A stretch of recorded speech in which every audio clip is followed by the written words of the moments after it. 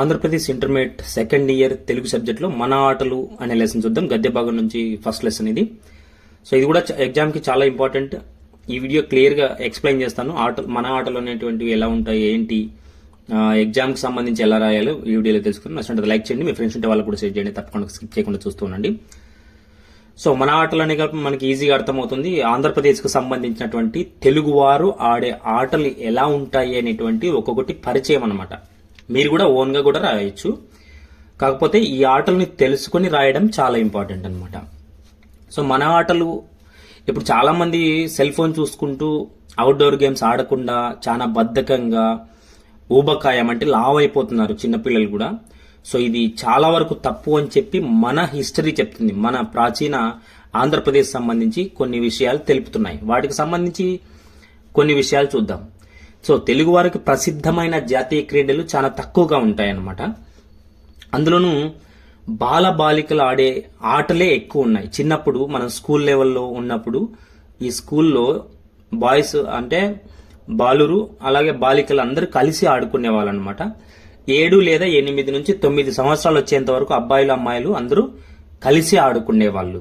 So ఇది మన ఆంధ్రప్రదేశ్కు సంబంధించినటువంటి విధి విధానం అనమాట. ఆడుకునే ఆటలు బాలికలు 7, 8 నుంచి 9 సంవత్సరాలు వచ్చేంత వరకు అందరూ స్కూల్ లెవెల్లో ఆడుకునేవాళ్ళు. సో మరి ఈ ఆటలకు సంబంధించి ఎలా తెలుస్తుంది మనకి, ఎవరు చెప్పారు ఈ ఆటలు అనేటువంటివి ఇన్ని ఉన్నాయా అని ఎవరు చెప్పారంటే అయ్యలరాజు నారాయణ మాథ్యుడు అనేటువంటి ఒకానొక తెలుగు కవి తన గ్రంథమైనటువంటి హంస వింశతి అనే కావ్యంలో ఆయన చెప్పడం జరిగిందనమాట. లిస్ట్ అనమాట, ఆటల లిస్ట్. మనం మర్చిపోయినాం కదా, ఇప్పుడు సెల్ ఫోన్ చూస్తూ ఏ ఆటలు ఉన్నాయి, ఏం ఆడాలి, అవుట్డోర్ గేమ్స్ ఏంటి, ఇండోర్ గేమ్స్ ఏంటి తెలియదు. Only indoor games cell phone పట్టుకొని ఎనీ టైం వత్తుతా ఉంటారనమాట.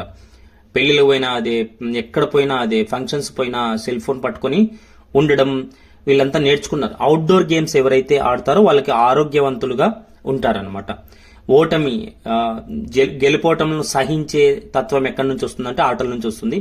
శరీర దారుఢ్యం ఉంటుంది, అంటే శరీరం బలంగా ఉంటుంది, ఫిట్ గా ఉంటారు. అందుకోసమే అవుట్డోర్ గేమ్స్ చాలా అవసరం పిల్లలందరికీ కూడా.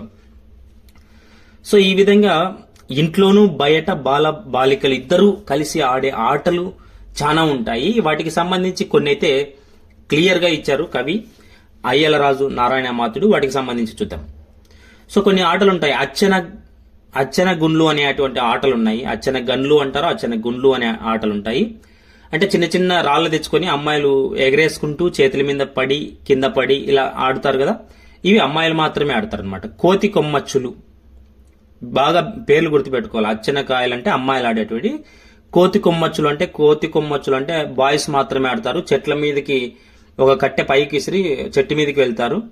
సో ఆ చెట్టు మీద ఎవరెవరు ఉంటారు, ఏంటి, వాళ్ళని మనం ఎలా టచ్ చేయాలి అనేది కోతి కొమ్మచ్చుల ఆటలు అనమాట. ఇవి బాలురు మాత్రమే ఆడతారు, అంటే బాయ్స్ మాత్రమే ఆడతారనమాట. తర్వాత కందికట్టు కంబాలాట.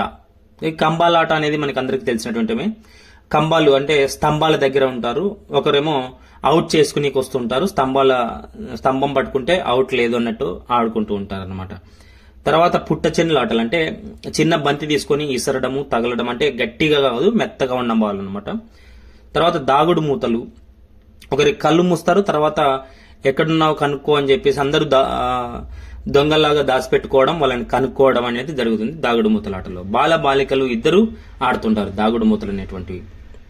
సో కంబాలాట కూడా అమ్మాయిలు అబ్బాయిలు ఇద్దరు కలిసి ఆడతారనమాట. ఇంకొక విషయం ఏంటంటే పాట పాడుతూ ఆటలు ఆడడం పూర్వ పద్ధతి. అంటే ఆటలోనే పాటలు ఉంటాయి అన్నమాట. సో ఆటలాడుకుంటూ పాట పాడే విధానాలు కూడా అప్పట్లో ఉండేవి చాలా వరకు. ఇలా అమ్మాయిల అబ్బాయిలు ఎప్పుడు కూడా కలిసిమెలిసి ఉంటూ వాళ్ళ ఆరోగ్యాన్ని, తర్వాత వాళ్ళ ఫ్రెండ్షిప్ ని డెవలప్ చేసుకుంటూ ఉండేవాళ్ళు. తర్వాత వచ్చేసి ఇంకొక విషయం ఏంటి అంటే మల్ల యుద్ధం.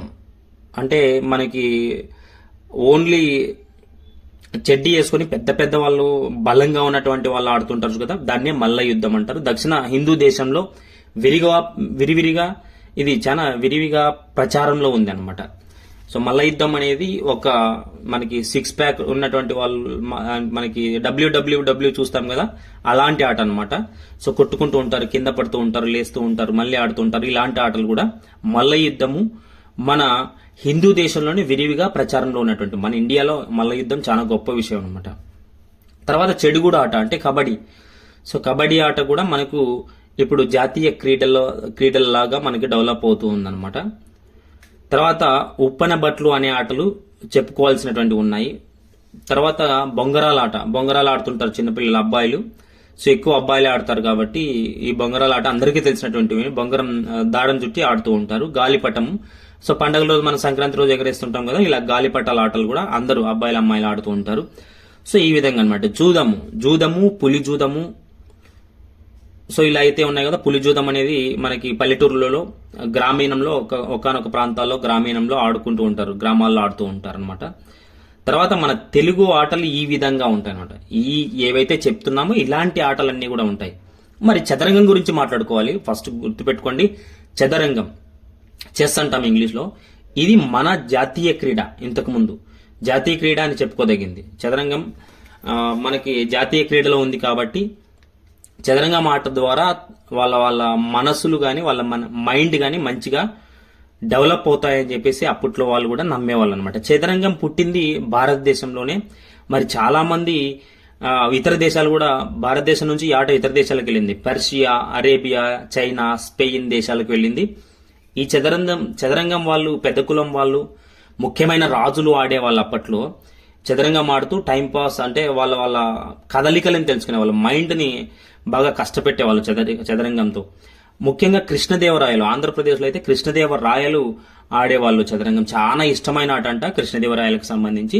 అలాగే ఇతను తన కవులైనటువంటి వాళ్ళతో ఆడుతూ ఉండేవాడు. తిక్కనతో ఎక్కువ ఆడేవాళ్ళంట, తిమ్మనతో ఆడేవాళ్ళంట. సారీ, తిక్కన కాదు, తిమ్మనతో ఇతను ఆడుతూ ఉండేవాడు అనమాట. ఎప్పుడు కూడా ఎంతో హుషారుగా ఆడేవాడంట శ్రీకృష్ణదేవరాయలు చదరంగం. సో ఈ విధంగా మనకు ఇది జాతీయ క్రీడగా డెవలప్ అయింది అనమాట. అప్పటి నుంచి చదరంగం ఆడుతున్నారు. మనం చదరంగాన్ని పక్కన పెట్టే అవకాశం అయితే ఉండకూడదు. ఎందుకంటే చాలా వరకు ఇతర దేశాలకు మనం చదరంగాన్ని పనిచేసాం కాబట్టి. సో ఈ విధంగా మనకి మన ఆటలు అనేటువంటి ఆటలు అనమాట. ఇప్పుడు ఏవైతే చెప్పామో వీటిని రాస్తే సరిపోతుంది, మన ఆటలు అనేటువంటివి అనమాట. ఓకే ఫ్రెండ్స్, నచ్చినట్లయితే లైక్ చేయండి, మీ ఫ్రెండ్స్ వాళ్ళు కూడా చేయండి. Thank you so much watching. 3 6600.